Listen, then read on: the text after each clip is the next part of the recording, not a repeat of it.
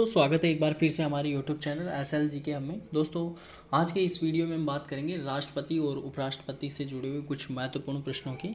हमारी जो सीरीज़ चल रही है जिसके अंदर हम बात कर रहे हैं भारतीय संविधान और राज्य व्यवस्था से जुड़े हुए कुछ महत्वपूर्ण टॉपिक्स हैं। उनसे रिलेटेड जितने भी महत्वपूर्ण प्रश्न हैं जो कि एग्ज़ाम प्रोस्पेक्टिव से बहुत ही इंपॉर्टेंट हैं, उन क्वेश्चनों को हम देख रहे हैं। और ये क्वेश्चन वो क्वेश्चन है जो कि मोस्टली जो एग्ज़ाम्स के अंदर है बार बार रिपीट होते रहते हैं और जो है वनडे एग्ज़ाम्स के अंदर काफ़ी बार ये जो है डायरेक्टली पूछ लिए जाते हैं। तो बात करते हैं आज के प्रश्नों की, बट उससे पहले अगर आप हमारे चैनल पर नए हैं तो चैनल को सब्सक्राइब कीजिए, बेल आइकन ज़रूर प्रेस कीजिएगा ताकि हमारे आने वाले वीडियोज़ की नोटिफिकेशन आपको मिलती रहे। चलिए बात करते हैं आज के पहले क्वेश्चन की। आज का हमारा पहला क्वेश्चन है, किसी राज्य में राष्ट्रपति शासन का तात्पर्य है कि वह राज्य संचालित होता है। तो अगर राष्ट्रपति शासन की बात की जाए तो राष्ट्रपति जो शासन है वह राज्य होगा जहाँ पर जो है राज्यपाल के द्वारा राज्य किया जाएगा। तो इसका सही आंसर होगा ऑप्शन डी, राज्यपाल के द्वारा। जो किसी राज्य में राष्ट्रपति शासन का तात्पर्य है वह राज्य संचालित होगा राज्यपाल के द्वारा। चलिए बढ़ते हैं अगले क्वेश्चन की ओर। भारत का राष्ट्रपति सदस्य है, ऑप्शन है हमारे पास लोकसभा, राज्यसभा, किसी विधानसभा का, उपरोक्त में से कोई नहीं। तो अगर बात की जाए राष्ट्रपति की तो राष्ट्रपति हमारा जो है इन तीनों में से किसी का भी सदस्य नहीं होता है। तो इसका सही आंसर होगा उपरोक्त में से कोई नहीं, क्योंकि भारत का राष्ट्रपति लोकसभा, राज्यसभा अथवा किसी विधानसभा का सदस्य नहीं होता है, जो कि आर्टिकल 58 में किसी व्यक्ति के राष्ट्रपति के रूप में निर्वाचित होने के लिए उसे लोकसभा के सदस्य के रूप में निर्वाचित होने के लिए जो है आवश्यक होता है। पर यह आवश्यक होता है कि लोकसभा का सदस्य हो निर्वाचित होने से पूर्व, बट जो है बाद के अंदर जैसे ही राष्ट्रपति चुन लिया जाता है, राष्ट्रपति पद पे जो है होते हैं, उस समय जो है ये किसी भी सदन के सदस्य नहीं होते हैं, न तो लोकसभा के, न ही राज्यसभा के, न ही किसी विधानसभा के। बढ़ते हैं अगले क्वेश्चन की ओर। हमारा अगला क्वेश्चन है, निम्न में से किसने भारत के कार्यकारी राष्ट्रपति के रूप में कार्यभार संभाला था। तो ऑप्शन है हमारे पास वीवी गिरी, HM हिदायतुल्ला, BD जत्थी या उपरोक्त सभी। तो अगर बात की जाए कार्यकारी राष्ट्रपति की तो वीवी गिरी, जो HM हिदायतुल्ला है और BD जत्था है, तो तीनों ने ही जो है एज ए कार्यकारी राष्ट्रपति के रूप में कार्यभार संभाला था। तो इसका सही आंसर होगा ऑप्शन डी, उपरोक्त सभी। बढ़ते हैं अगले क्वेश्चन की ओर। अगला क्वेश्चन हमारा, भारत के राष्ट्रपति द्वारा निम्नलिखित में से कौन सा कार्य नहीं किया जाता है। ऑप्शन हमारे पास संसद के सामने बजट को रखवाना, राज्यसभा को विघटित करना, संसद का सत्रावसान करना, आवश्यकता पड़ने पर दोनों सदनों की संयुक्त बैठक बुलाना। तो अगर बात की जाए भारत के राष्ट्रपति द्वारा जो है इनमें से जो राज्यसभा को विघटित करना, इनमें से इनका कार्य नहीं है। तो इसका सही आंसर होगा राज्यसभा को विघटित करना। संसद के जो आर्टिकल है 112(1) के अनुसार राष्ट्रपति प्रत्येक वित्तीय वर्ष का बजट संसद के दोनों सदनों के समक्ष रखवाता और आर्टिकल 85 के अकॉर्डिंग राष्ट्रपति का संसद का सत्रावसान करता है और आर्टिकल 108 के अकॉर्डिंग जो है आवश्यकता पड़ने पर दोनों सदनों की संयुक्त बैठक भी बुलाता है। परंतु राष्ट्रपति जो है राज्यसभा को विघटित नहीं कर सकता, क्योंकि राज्यसभा एक स्थायी सदन है जिसे जो है पूर्णतः विघटित नहीं किया जा सकता। केवल प्रति 2 वर्ष पश्चात राज्यसभा के 1/3 सदस्य अपना जो कार्यकाल है पूर्ण कर लेते हैं। तो इस एज ए जो है स्थायी सदन होने की वजह से जो है इसे पूरी तरह जो है विघटित नहीं किया जा सकता है। तो बढ़ते हैं अगले क्वेश्चन की ओर। हमारा अगला क्वेश्चन है, ऑल इंडिया सर्विसेज के सदस्यों की नियुक्ति कौन करता है। ऑप्शन हमारे पास राष्ट्रपति, केंद्रीय गृह मंत्री, केंद्रीय लोक सेवा आयोग के अध्यक्ष और भारत का न्यायवादी। तो अगर बात की जाए ऑल इंडिया सर्विसेज की, तो यानी कि अखिल भारतीय सेवकों की नियुक्ति की, तो ये जो है केंद्र सरकार के द्वारा की जाती है। इन पे नियंत्रण जो है केंद्र सरकार के द्वारा किया जाता है और जो नियुक्ति है इनकी राष्ट्रपति के द्वारा की जाती है। तो इसका सही आंसर होगा ऑप्शन ए, राष्ट्रपति। बढ़ते हैं अगले क्वेश्चन की ओर। अगला क्वेश्चन है हमारा,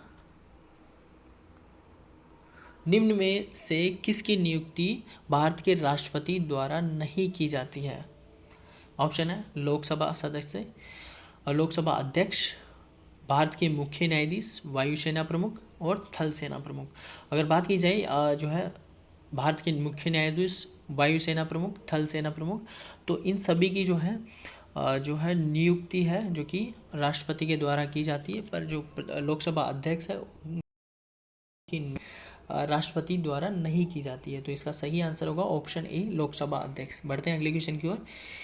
हमारा अगला क्वेश्चन है, निम्नलिखित में से किसे राष्ट्रपति नहीं नियुक्त करता है?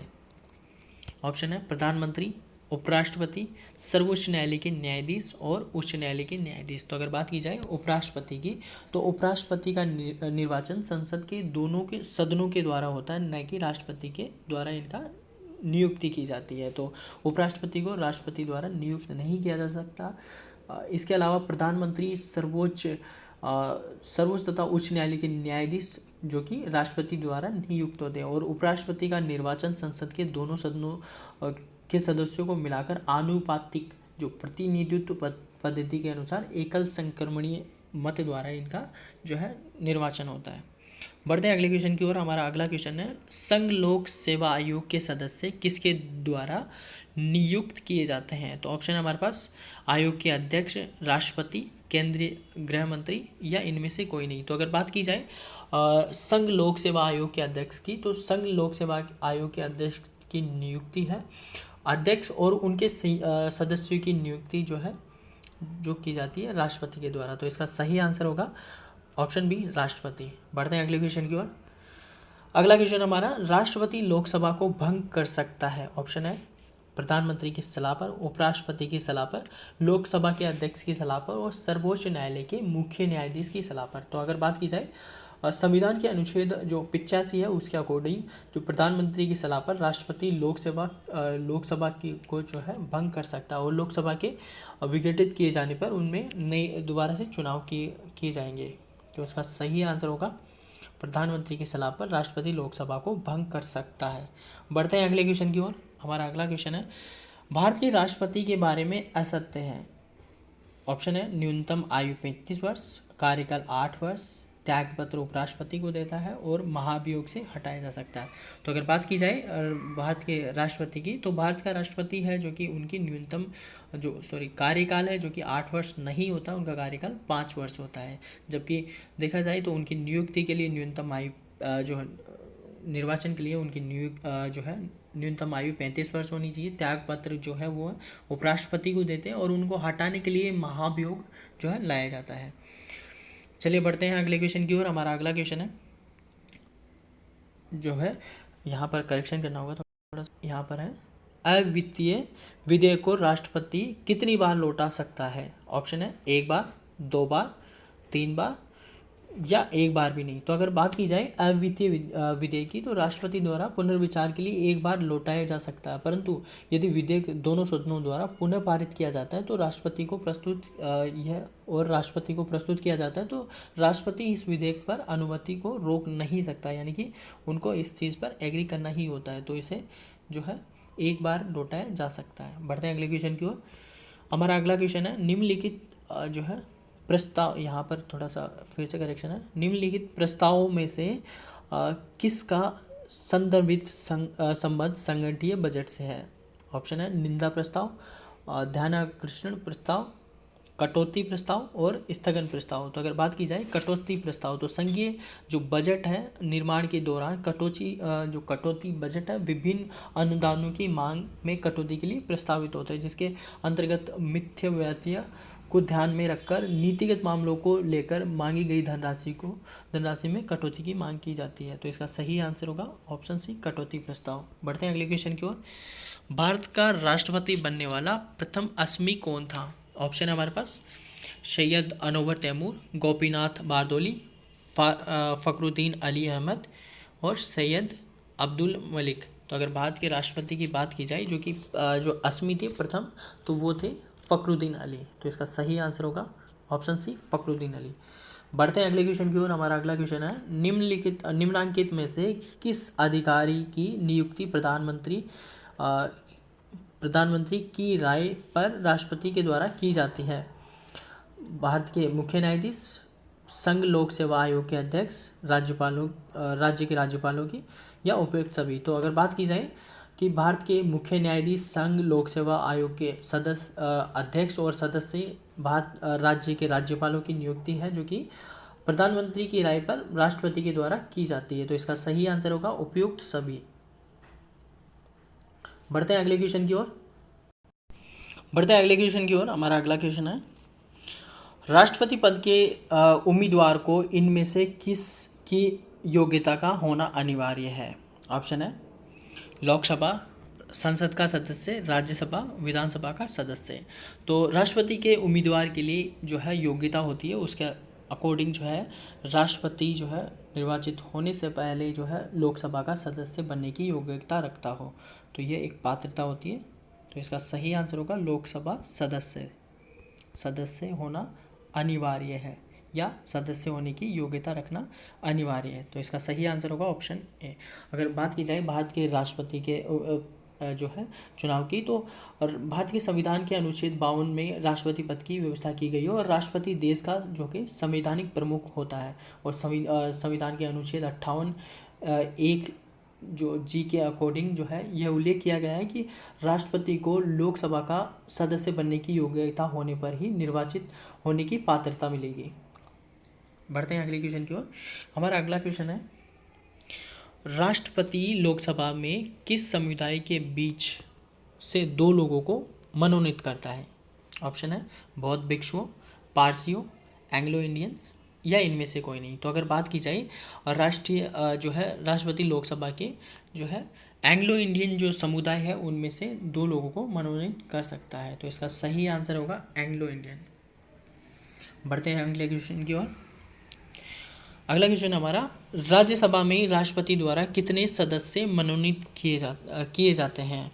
ऑप्शन है 12, 15, 10 और 20। तो बात की जाए राष्ट्रपति द्वारा जो है 12 सदस्य मनोनीत किए जाते हैं। तो इसका सही आंसर होगा ऑप्शन ए 12 सदस्य। अनुच्छेद जो 80 है, 80A के अनुसार जो है राज्यसभा के राष्ट्रपति 12 ऐसे सदस्यों को नामांकित यानी कि मनोनीत करता है, जो कि अनुच्छेद 80(3) के अनुसार जो है आर्ट, साइंस और जो है लिटरेचर जो है सामाजिक सेवा क्षेत्र से विशेष ज्ञान और वास्तविक अनुभव रखते हो, ऐसे जो है यानी कि जो भी कोई भी अगर किसी भी खेल से जुड़े हुए हैं तो खेल के अंदर जो है पारंगत हासिल हो, उन्हें विशेष ज्ञान हो, और अगर कोई भी अगर कला से हैं तो उन्हें कला का अद्भुत ज्ञान हो, तो उन्हीं जो है भारत के राष्ट्रपति द्वारा चुना जाता है। बढ़ते हैं अगले क्वेश्चन की ओर। अगला क्वेश्चन हमारा, राष्ट्रपति स्वरूप की सरकार का निष्पादन किसके निम्नलिखित किस देश में सर्वोत्तम है? ऑप्शन है संयुक्त राज्य अमेरिका, पाकिस्तान, भारत और ब्रिटेन। तो अगर बात की जाए राष्ट्रपति स्वरूप की सरकार का निष्पादन संयुक्त राष्ट्र अमेरिका यानी कि यूएसए जो है यूएसए के अंदर सर्वोत्तम है। वहाँ राष्ट्रपति प्रशासन का कार्यकारी एवं संवैधानिक मुखिया यानी कि जो कार्यकारी और संवैधानिक मुखिया दोनों होते हैं वहाँ के राष्ट्रपति। चलिए बढ़ते हैं अगले क्वेश्चन की ओर। हमारा अगला क्वेश्चन है, भारतीय संविधान में कितनी प्रकार की इमरजेंसी की शाखाएं मौजूद हैं? ऑप्शन है 1, 2, 3 और 4। तो बात की गई है भारतीय जो है तो बात की गई संविधान के भाग 18 के अंदर जो है आपात के उपबंधों की संबंधित जो प्रावधान किए गए हैं, जिसके अंदर आर्टिकल 352 है जिसके अंदर राष्ट्रीय आपातकाल लगाया जा सकता है, अनुच्छेद जो 356 है और जिसके अंदर राष्ट्रपति शासन, और जो आर्टिकल जो 360 है उसके अकॉर्डिंग जो है वित्तीय आपातकाल लगाए जा सकते हैं। यानी कि जो है भारतीय संविधान के अंदर जो है 3 प्रकार की इमरजेंसी शाखाएँ मौजूद हैं। तो इसका सही आंसर होगा ऑप्शन सी 3। चलिए बढ़ते हैं अगले क्वेश्चन की ओर। अगला क्वेश्चन हमारा, मुख्य लेखा नियंत्रक परीक्षक की नियुक्ति कौन करता है? ऑप्शन है प्रधानमंत्री, राष्ट्रपति, उपराष्ट्रपति और लोकसभा अध्यक्ष। तो अगर बात की जाए मुख्य लेखा नियंत्रक परीक्षक की, तो आर्टिकल जो 148(1) के अनुसार जो है मुख्य लेखा नियंत्रक परीक्षक की नियुक्ति जो है राष्ट्रपति करता है, और इन्हें अधिकतम 6 वर्ष और 65 वर्ष तक इन्हें जो है पद पर रहने का अधिकार होता है। तो इसका सही आंसर होगा ऑप्शन बी राष्ट्रपति। तो दोस्तों ये थे आज के कुछ महत्वपूर्ण प्रश्न। उम्मीद करता हूँ आपको पसंद आए होंगे। अगर वीडियो पसंद आया तो इसे लाइक कीजिए, शेयर कीजिए और कमेंट करके हमें ज़रूर बताइए। मिलते हैं अगले वीडियो में। तब तक के लिए नमस्कार।